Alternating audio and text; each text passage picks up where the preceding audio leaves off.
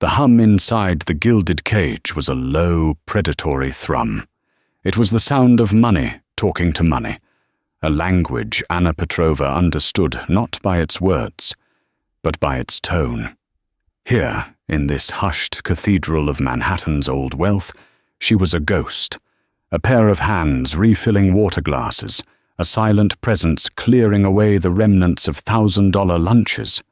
At 28, she had mastered the art of invisibility, a skill learned not in the service industry, but in the refugee camps of her childhood.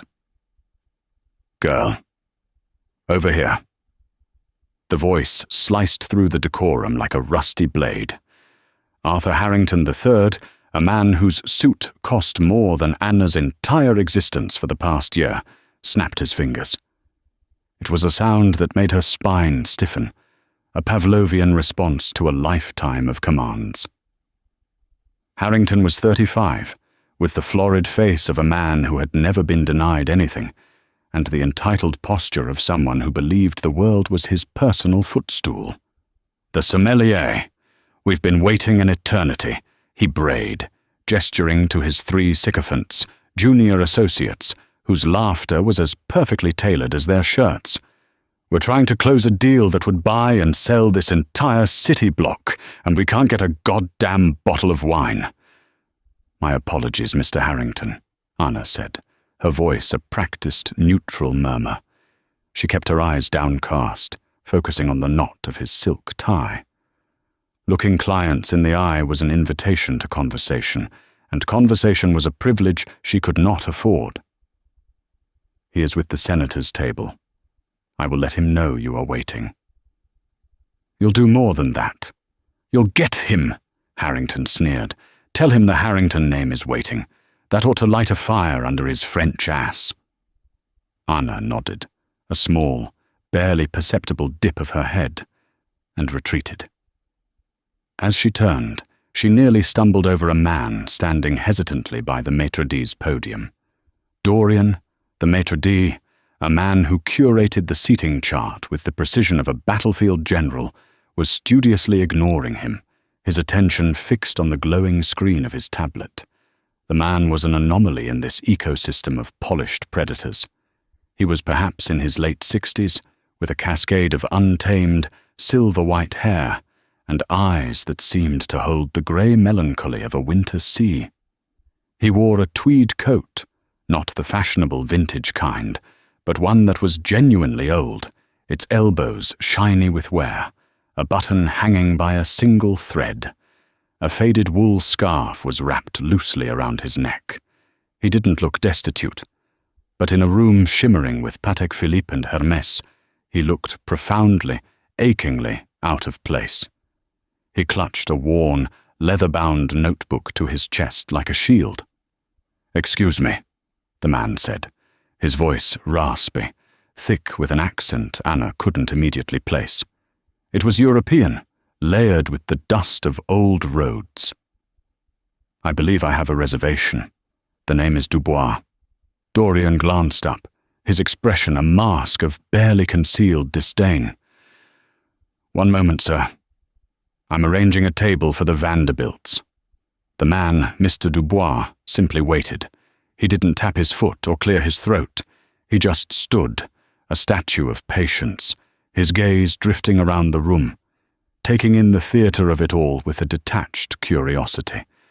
Anna felt a familiar pang in her chest, the sting of being seen through, of being assessed and dismissed in a single, cold glance. It was the story of her life.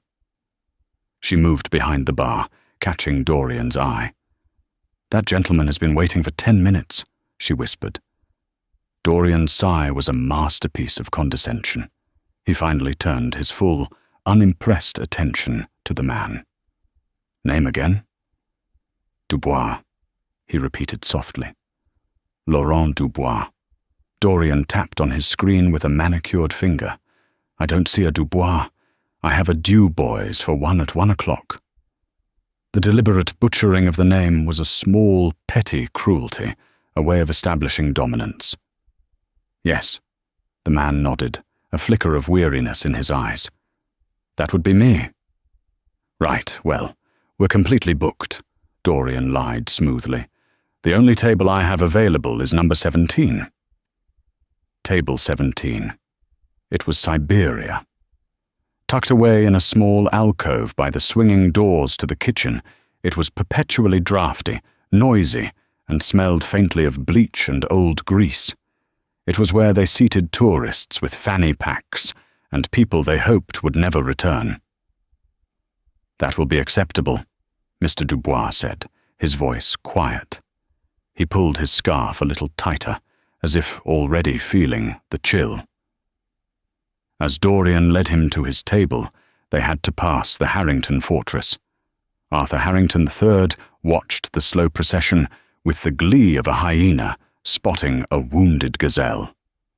"Well, look what the cat dragged in," Harrington announced, his voice carrying across the hushed dining room. "Did you get lost on your way to the shelter, old man?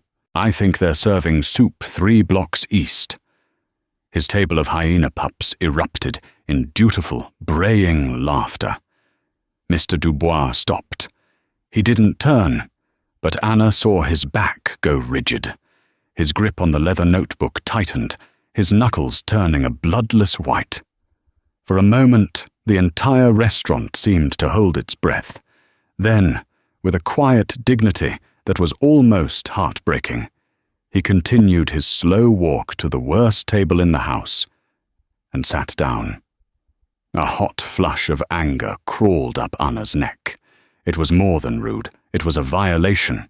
She glanced at the restaurant manager, Mr. Davies, expecting him to intervene. Davies was busy fawning over a real estate tycoon, laughing a little too loudly at a joke that wasn't funny. Harrington's firm spent hundreds of thousands of dollars here a year. The old man in the threadbare coat might spend 40. The math in the cold calculus of the gilded cage was simple. The cruelty was sanctioned. Anna grabbed a pitcher of chilled water, her jaw set. "I'll take table 17, she told another waitress. "Have fun with that," the waitress muttered, rolling her eyes. "Looks like a 10%er if you're lucky." She walked over to the small, wobbly table. The kitchen door swung open with a violent whoosh, sending a blast of chaotic noise and heat, followed by a gust of cold air from a nearby vent. Mr. Dubois had his notebook open, but wasn't writing. He was just staring at the blank page. "Good afternoon, sir," Anna said. She forced her voice to be warm, a small act of rebellion. She placed the water glass down gently on the coaster, a mark of respect she knew would go unnoticed by most, but was a point of personal pride. "My name is Anna. I apologize for the draft. As soon as a more comfortable table becomes available, I will be happy to move you." The man looked up, and for the first time, she saw his eyes clearly. They were a startling, piercing blue, clouded with a deep-seated sadness, but sharp with an intelligence that seemed at odds with his weary posture. He looked at her name tag, then into her face, truly seeing her. "Thank you, Anna," he said, his voice a low rumble. "But please do not trouble yourself. I am quite accustomed to, how do you say, the cold shoulder." He offered a small, sad smile that didn't quite reach his eyes. "May I get you something to drink to start? A coffee, perhaps a glass of wine?" He hesitated, his gaze flicking to the prices on the wine list, a gesture that seemed to confirm Harrington's assessment. "Just a black coffee, please, and the potato leek soup." "An excellent choice," Anna said, though she knew the soup was bland, made from a powdered base. "I will ensure it comes out very hot for you." As she walked back towards the kitchen, she had to pass Harrington's table again. "Hey, sweetheart!" he yelled, snapping his fingers again. The sound echoed in the quiet room. "Did you forget about us? We need bread, and we need that wine list. And tell your manager I want that old fossil moved. He's staring at us. It's killing the mood." The man wasn't staring. He was sketching something in his notebook. A flower, it looked like. "He is just enjoying his lunch, Mr. Harrington," Anna said, her voice tight with a restraint that was physically painful. "He's an eyesore," Harrington spat, leaning back in his chair. "Probably doesn't even speak a word of English. Just sits there, looking pathetic. This place is supposed to be exclusive. What's next? Letting them panhandle by the coat check." He turned his attention back to his associates, his voice rising to a pontificating roar. "This is the problem with these old European institutions we're looking to acquire. They're like him, stale, dusty, stuck in the past. That's why we're going to gut this French vineyard, Chateau du Bois. The French are too sentimental to make a profit. They talk about terroir and legacy. We talk about shareholder value. We'll crush them. They'll thank us for it." Anna's hands, hidden behind her back, curled into tight fists, her short nails digging into her palms. She needed this job. It was the only thing standing between her and the streets. Her mother, back in a small village in Bosnia, relied on the money she sent home for medicine. She needed the tips from men like Arthur Harrington III. But as she looked back at Table 17, at the lonely man sketching a flower while the world mocked him, something inside her, a long dormant piece of her own history, cracked open. It wasn't about being a hero. It was a simple, profound recognition. She knew what it was to be him. She pushed through the kitchen doors into the clang and steam. "Marco!" she called out to the head chef, a burly, temperamental man with faded tattoos snaking up his neck. "Table 17, the potato leek soup." Marco grunted, reaching for the industrial-sized pot of pre-made soup. "No," Anna said, stepping forward. "Please, Marco, for me. Make it the real way. Use the chicken stock you save for the specials. Use the fresh leeks and the Yukon gold potatoes. A touch of the cream." Marco stopped, ladle in midair, and stared at her. "For the guy by the door, the sad old man, Davies will have my head if I use the good stuff on a no-show." "He's not a no-show," Anna said, her voice low and fierce. "He's a gentleman who is having a very bad day. Please." Marco looked at her for a long moment, saw the desperate sincerity in her eyes, and then gave a short, sharp nod. "For you, Anna. 5 minutes." She made the coffee herself, warming the ceramic cup with hot water first, a small touch of grace. She found a single, perfect almond biscotti, usually reserved for VIPs, and placed it on the saucer. When she returned to the dining room, the atmosphere had curdled further. Harrington was now loudly telling a crude story, mimicking a French accent with cartoonish buffoonery. The man at Table 17 had put down his pen. He was just sitting there, staring at his hands, looking smaller than before. Anna approached the table quietly and set the coffee down. She glanced at his notebook. The sketch was of a flower, an iris. A specific kind of iris she recognized from the gardens in Provence, where she had spent 6 months in a processing center after leaving Bosnia. It was a fleur-de-lis. Then she did something she hadn't done since she left France, a place that held memories of both kindness and profound loss. She leaned in slightly, her voice dropping, the hard consonants of her English softening into the liquid melody of French. "Monsieur, pardonnez-moi pour l'attente. J'ai demandé au chef de vous préparer la soupe spécialement. Ce sera bien meilleur ainsi. Sir, forgive me for the wait. I asked the chef to prepare the soup especially for you. It will be much better this way." The man's head shot up. The pen slipped from his fingers. The weary fog in his eyes vanished, replaced by a jolt of pure, unadulterated shock. He stared at her, his gaze intense, searching. Vous parlez français?" he stammered, his voice trembling slightly.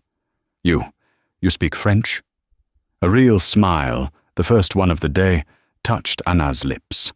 The cacophony of the restaurant seemed to fade into a distant Oui, monsieur. J'ai vécu en France pendant un certain temps. J'y ai beaucoup appris. Yes, sir. I lived in France for a time. I learned a great deal there. The transformation in the man's face was like watching the sun break through a thick bank of storm clouds. The tension in his shoulders eased, the tight line of his jaw softened. He wasn't just a patron anymore. He was a person who had been found.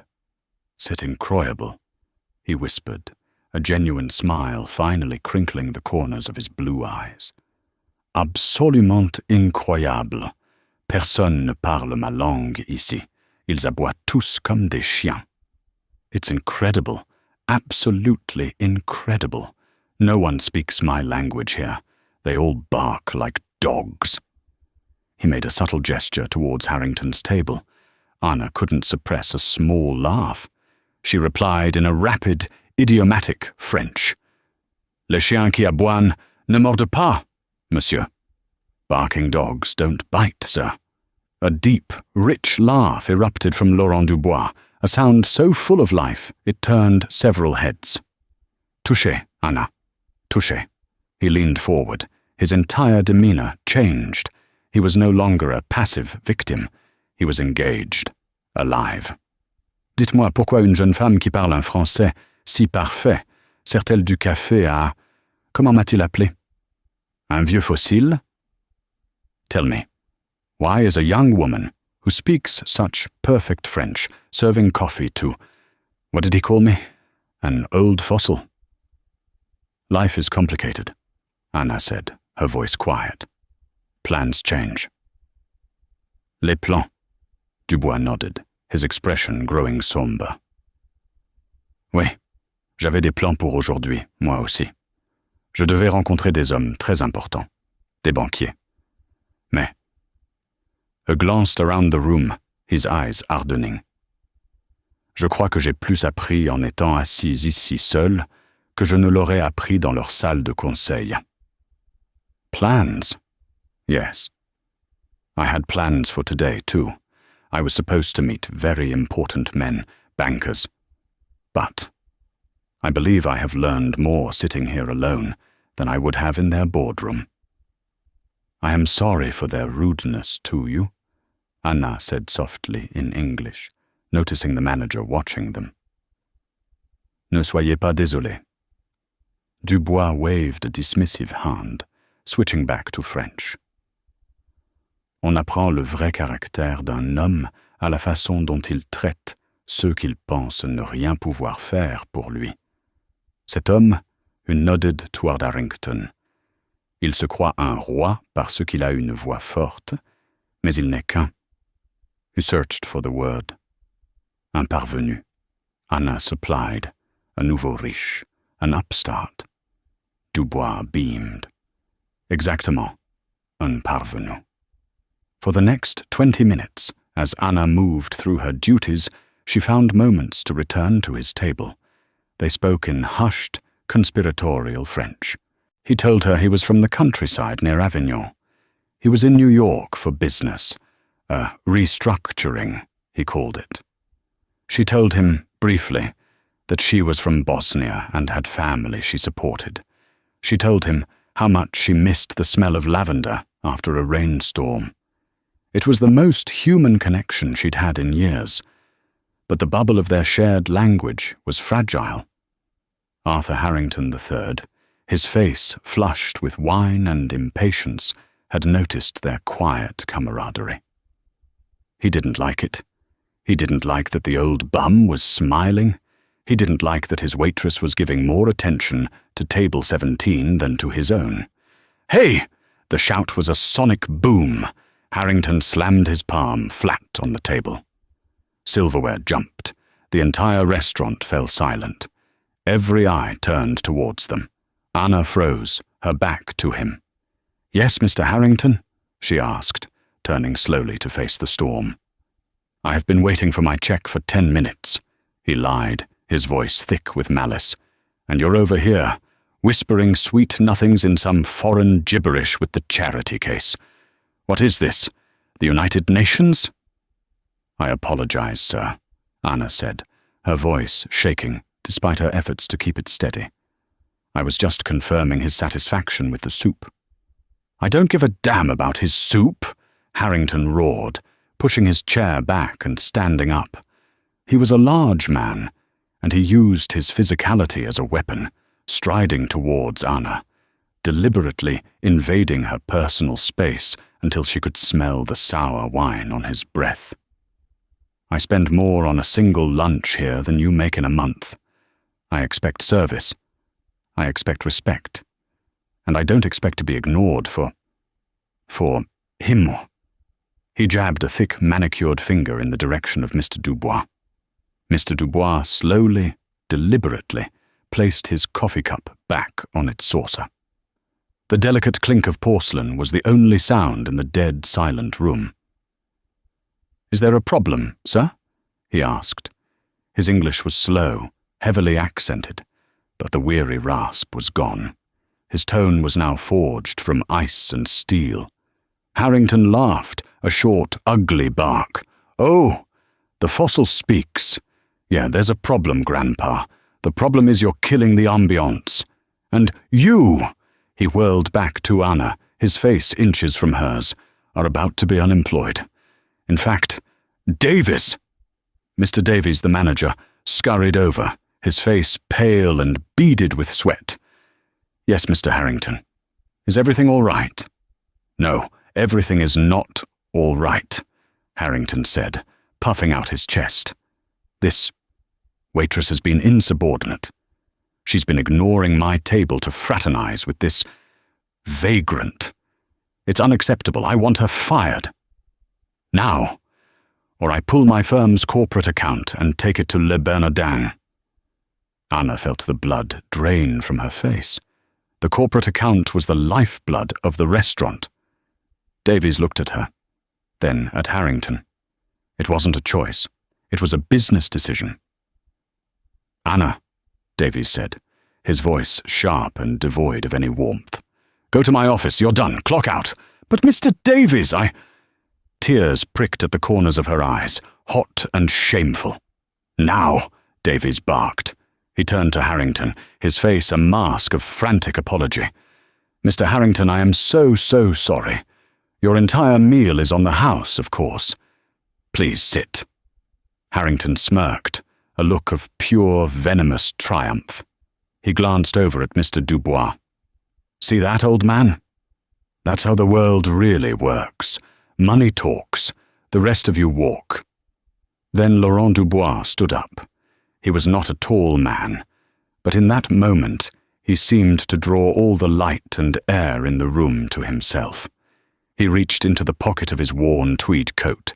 He pulled out not a wallet, but a simple, elegant money clip.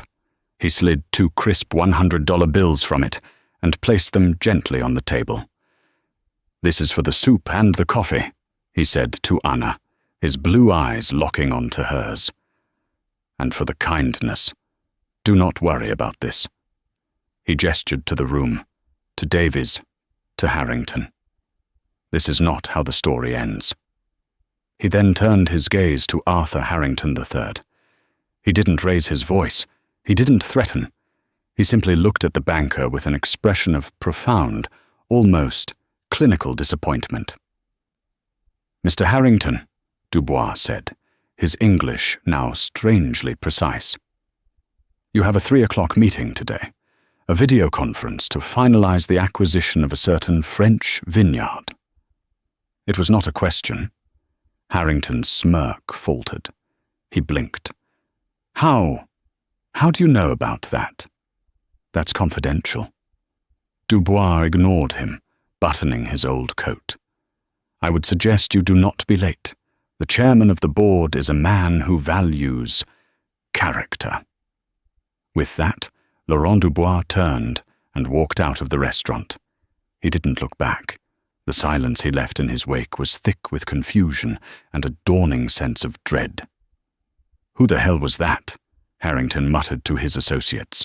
"Probably just some crackpot who reads the financial news," one of them said, though his voice lacked conviction. Forget him, Arthur. You won. You got the girl fired. Harrington sat back down, but his victory suddenly felt hollow and cold. Yeah, he said, trying to convince himself. I won. Standing by the kitchen doors, Anna wiped a single, furious tear from her cheek. She untied the strings of her apron, the symbol of her servitude, and let it fall to the floor. She had lost everything because she had shown a moment of kindness to a lonely old man. She grabbed her worn purse from a locker and walked out the back door into the grimy alley, the sobs she had held back finally breaking free. She didn't see the sleek, dark green Bentley that had pulled up to the corner of the street. She didn't see a chauffeur in a grey uniform hold the rear door open for the man in the tweed coat. And she certainly didn't see that man slide into the plush leather interior, pick up a satellite phone, and dial a number with practiced ease. François, Laurent Dubois said into the phone, his voice now stripped of any accent, sharp and commanding as a general's. Cancel my 3 o'clock with Harrington and Finch, and get me everything you can on a young woman named Anna Petrova from this restaurant. Yes, immediately. It appears we have a change of plans. Arthur Harrington III straightened his tie in the reflection of the elevator's polished mahogany walls. The panic from the restaurant had subsided, replaced by his usual armor of arrogance. The old man was a nobody, a fluke. He had let a crazy vagrant get under his skin. He was focused now. The Chateau Dubois deal was his ticket to the major leagues, the thing that would finally make his formidable father, Arthur Harrington Jr., see him as an equal. The elevator opened onto the 42nd floor. The offices of Harrington and Finch were usually a symphony of controlled chaos. Today, an unnerving silence hung in the air. His assistant, a perpetually terrified young woman named Sarah, wouldn't meet his eye. Analysts huddled in their cubicles, whispering like conspirators. "What in God's name is going on?" he muttered. "Arthur!" The roar came from the corner office, the one with the panoramic view of Central Park. It was his father. Arthur Jr. was a titan, a man carved from granite and ambition who had built the firm from nothing. Arthur III smoothed his suit jacket and strode into the office. "Father, I was just reviewing the final terms for the 3 o'clock call. I think we can squeeze them for another 5% on." "There is no call," his father said. His voice was a low growl. He was standing by the window, a statue of fury. "The deal is dead." The floor seemed to drop out from under Arthur's feet. "What? That's impossible. They were on the ropes. I had them." "You had nothing," his father roared, turning from the window. His face was a thundercloud. "I just received a personal call from Laurent Dubois." "The Laurent Dubois!" The name hit Arthur like a physical blow. Dubois. Chateau Dubois. The old man. The tweed coat. Papy. "Oh no," he whispered, the blood draining from his face. "He told me the deal was off," Arthur Jr. continued, his voice dripping with contempt. "He said that after a brief, illuminating visit to our city, he had concluded that Harrington and Finch lacked the moral and ethical foundation to be custodians of his family's legacy. He said, and I quote, 'Your son is a brutish little peacock who mistakes cruelty for strength.'" Arthur felt dizzy. He gripped the edge of the desk for support. "Father, you have to understand. He looked like a homeless person. He was wearing rags. I was defending the firm's reputation, our image." "My image," his father hissed, stepping so close Arthur could feel the heat of his rage, "is one of success, built on intelligence and shrewdness, not on bullying the weak." Laurent Dubois is famously reclusive. He inherited the vineyard, but made his real fortune in technology and logistics. He's worth billions. He walks around cities like a ghost to see the world as it is, not as it presents itself to him. It's a test, you fool, a test of character. And you, my son, have failed in a way that will be legendary." "I can fix it," Arthur stammered, desperation making his voice reedy. "I'll find him. I'll apologize. I'll send the finest wine. "You will do nothing," his father cut him off. "You are off the account. You are a liability. Now get out of my office. I have to try and salvage what's left of our reputation." As Arthur stumbled out of the office, the whispers of the analysts following him like vultures, he wasn't thinking about the deal. He was thinking about the waitress, Anna. She had spoken to the old man in that foreign language. She had known. Somehow she had known. He hadn't just lost a deal. He had been outmaneuvered by a ghost and a waitress. Anna sat on the lumpy mattress of her bed in the small, third-floor walk-up in Astoria she called home. The eviction notice was still taped to her door. Her bank balance was 73 tfotls. Her mother's medicine cost $200 a month. She had failed. Her quiet rebellion, her small act of decency, had cost her everything. She looked at the single-framed photograph on her nightstand. It was of her as a young girl, sitting on her father's shoulders in their small garden in Bosnia, before the war had turned their world to ash. Her father had been a professor, a man who believed in books and kindness. He had been taken away one night and never came back.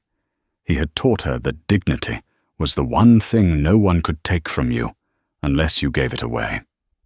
Today, she felt she had given it away for nothing.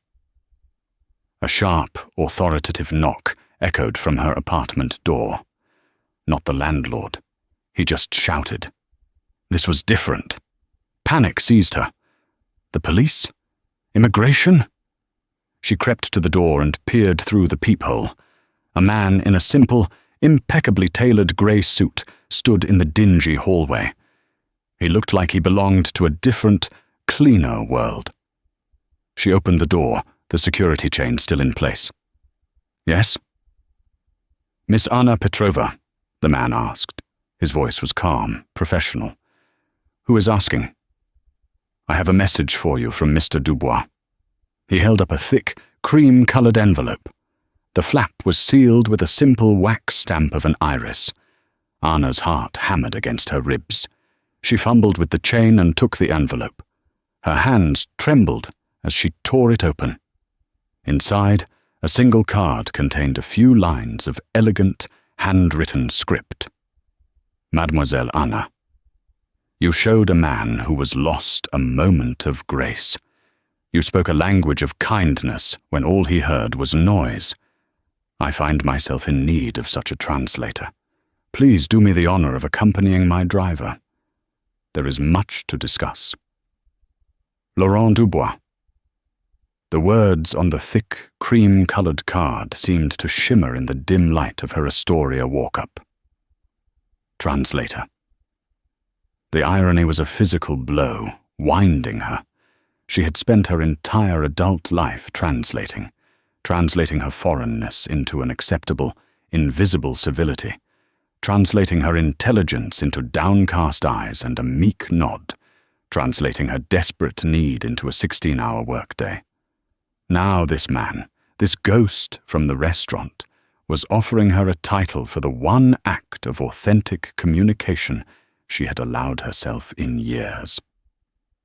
"A car is waiting," the man in the grey suit repeated, his voice a calm, unmovable fact in the turbulent chaos of her thoughts. Hesitation was a luxury.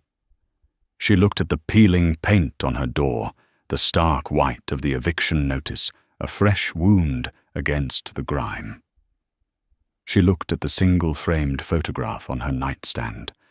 Her father, a man of books and principles, whose kindness had been a beacon before the world had extinguished it.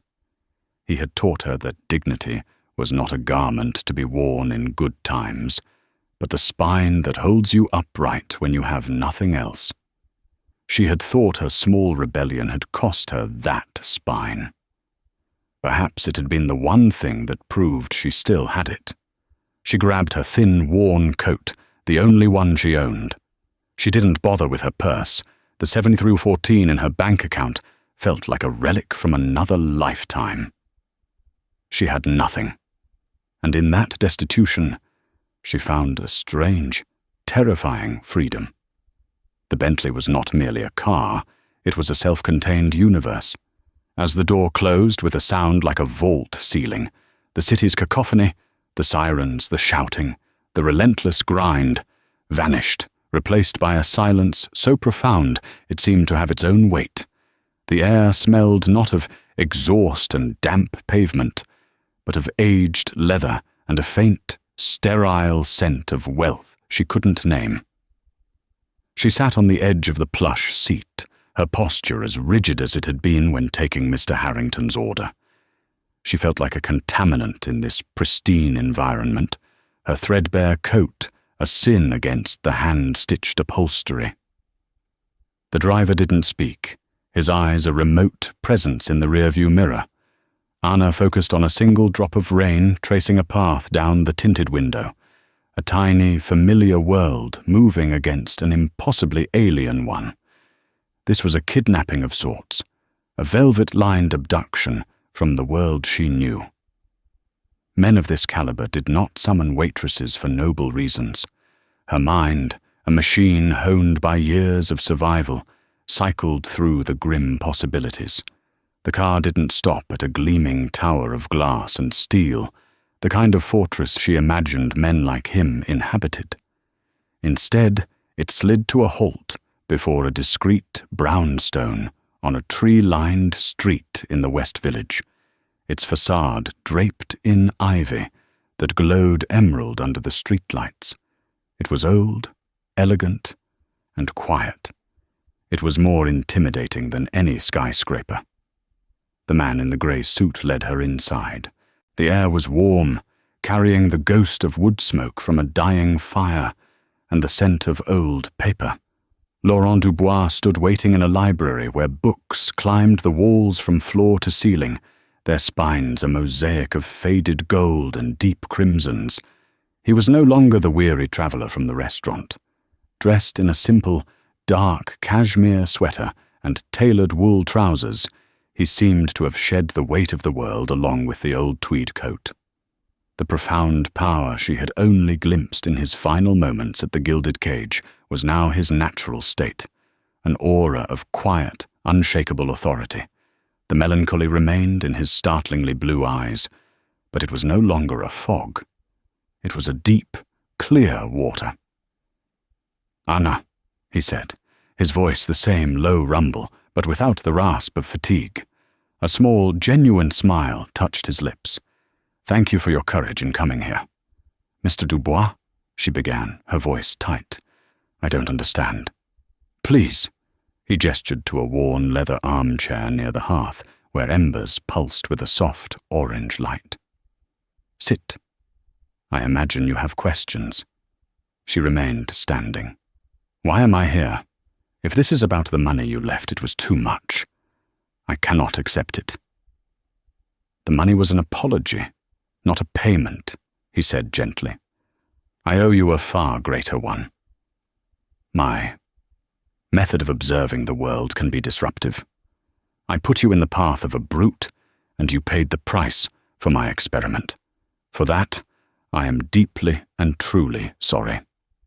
"It wasn't your fault," she said, the words automatic, the conditioned response of a woman used to absorbing blame. "It was him. It was the way things are." "Ah, the way things are," Dubois mused, his gaze drifting to the fire. "The casual tyranny of the powerful, the enforced silence of the decent. I have spent a lifetime navigating that landscape from a position of privilege. I had almost forgotten what it looks like from the ground. You reminded me." He finally met her eyes again, and his gaze was so direct, so devoid of artifice, that she felt a tremor of something other than fear. It was recognition. "My people are very efficient, Anna. They gave me a file with the facts of your life. Sarajevo, the war, the camps in France. The languages you learned as a matter of survival. It is a remarkable story. A hot flush of shame and anger crept up her neck. She was a file, a collection of tragic data points. You had me investigated. I had to understand the woman who was willing to lose her livelihood for a stranger, he corrected softly. The file tells me what happened to you. It does not tell me who you are. That I saw for myself. I saw a woman who still possessed a core of defiant kindness in a world that had given her every reason to abandon it. He moved to a small table and poured 2 glasses of water, handing one to her. His proximity was not threatening. It was calm, patient. She finally relented and sank into the armchair, the leather sighing around her. It was the most comfortable thing she had ever sat in, and the comfort itself felt like a betrayal of who she was. I am in a difficult position, he continued, taking the chair opposite her. My wife, Isabel, she passed away 7 months ago. The vineyard, Chateau du Bois, it was not a business to her. It was her symphony. Every vine, every parcel of earth, every bottle was a note in the music she was composing. I came to New York to sell it, to let it go. The memories were too loud. He paused, his gaze lost in the embers. I thought I needed to be free. I thought the future belonged to men like Harrington, efficient, ruthless, devoid of sentiment. I arranged the meeting to finalize the sale. But I have a habit, a foolish one perhaps. Before I sign a man's contract, I like to see his soul. So I went to the restaurant, where I knew he held court, dressed as a man with nothing to offer him, to see how he would treat me. A test, Anna whispered. A confirmation, I'm afraid. I went there, expecting to see the worst of humanity, and I was not disappointed. His cruelty was as predictable as it was banal. He leaned forward, his intensity a palpable force. What I did not expect, Anna, was you. In that temple of transactional relationships, you performed an act of grace.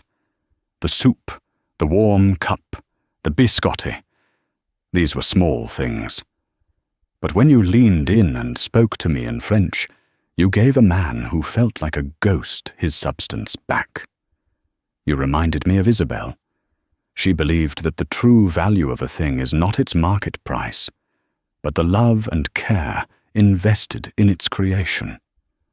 Mr. Harrington wants to acquire her legacy, but he is incapable of understanding it. He would gut it for profit and call it progress. So you cancelled the deal. I have postponed the execution, he clarified.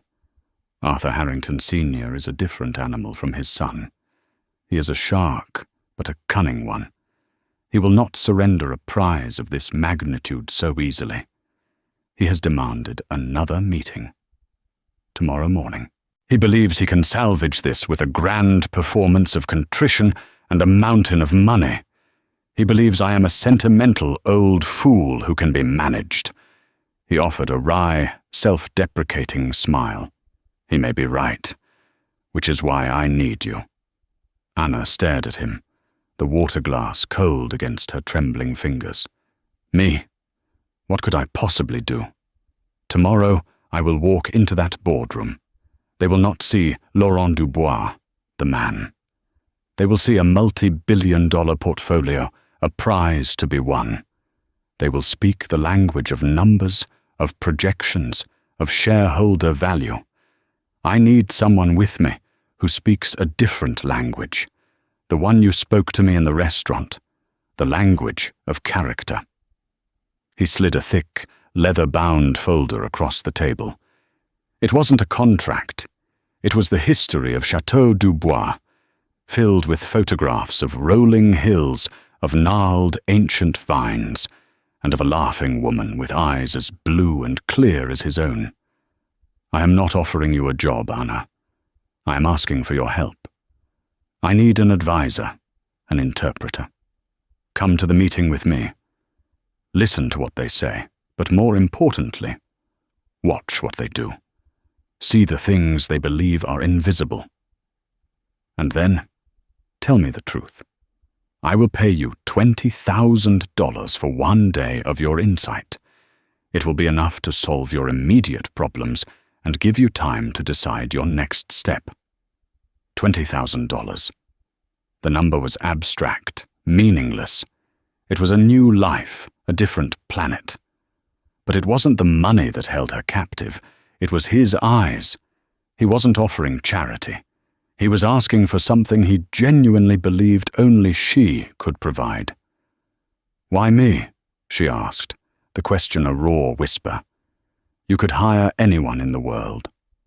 "Because," Laurent Dubois said, his voice dropping to a near conspiratorial hush, "in a room of predators who saw only a nuisance, you were the only one who saw a human being.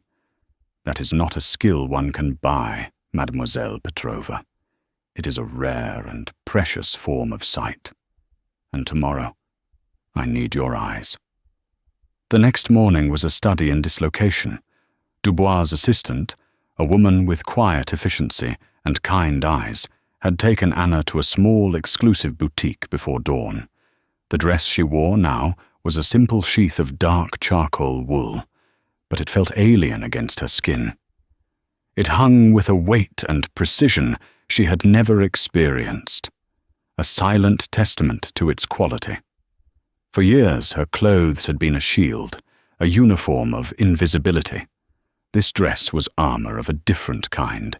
It announced a presence, a value she didn't feel she possessed. She carried a new leather notebook, identical to his, a prop. She was an actress, about to walk on stage for a play she had not rehearsed, in a language she was only just learning.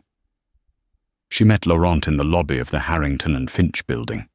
He was wearing the same worn tweed coat and faded scarf from the day before.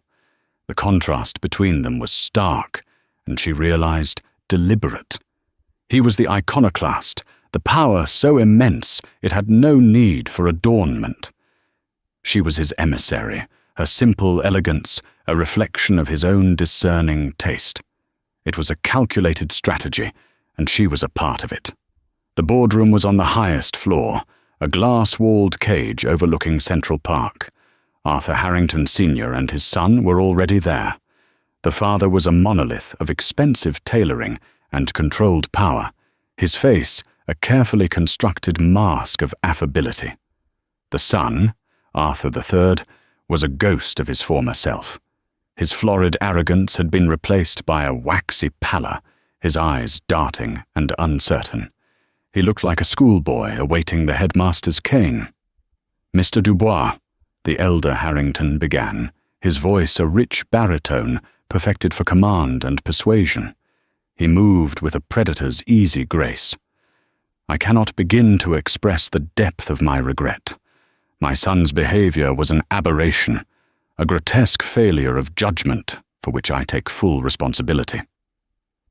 Arthur III stood, his movements stiff. "I am profoundly sorry, sir," he mumbled, the words sounding like gravel in his mouth. Dubois gave a single, almost imperceptible nod and took his seat, gesturing for Anna to sit beside him. She placed her notebook on the gleaming mahogany table, her hands steady only through sheer force of will. For the next hour, Arthur Harrington Sr. delivered a symphony of corporate seduction. He spoke of legacy, of stewardship, of his profound admiration for the Dubois name and the artistry of French viticulture. He presented a new offer, 25% higher, with contractual guarantees to preserve the chateau's name, staff, and historical integrity. It was a flawless performance, addressing every conceivable concern. He was not trying to buy a vineyard. He was applying to be its custodian. Arthur III sat in silence, a portrait of chastened humility. When it was over, a palpable sense of victory settled over Harrington Sr.'s side of the table. He had done the impossible. He had wrestled the deal back from the abyss. "So, Mr. Dubois," he said, leaning back with the first hint of a confident smile. "I hope this demonstrates the sincerity of our commitment." Dubois did not look at him. He turned to Anna. His expression was calm, questioning. He didn't speak, but his eyes asked the question that hung in the air. "Well?" This was her moment. Her heart hammered against her ribs, a frantic bird trapped in a cage of wool and fear. She could take the money and nod. She could say the right things, play her part, and walk away with a fortune that would change her life.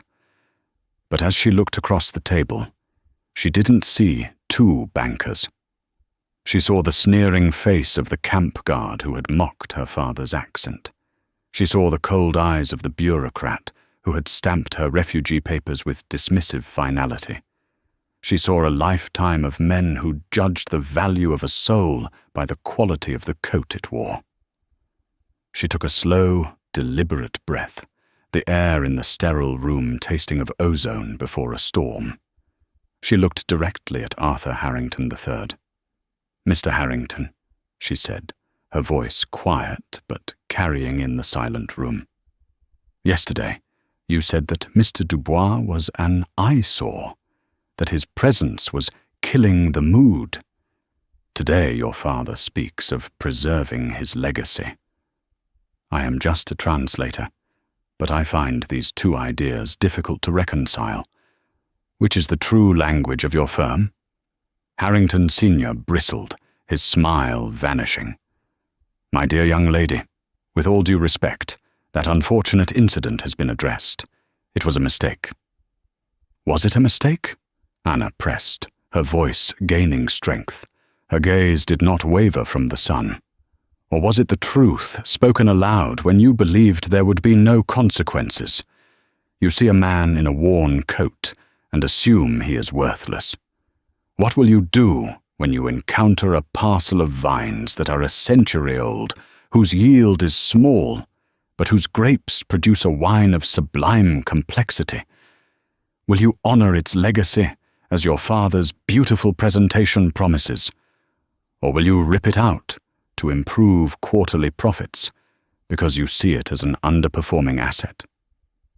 She opened her pristine notebook to a blank page. "Yesterday you also announced your intention to gut Chateau Dubois because the French are too sentimental to make a profit. You spoke of shareholder value.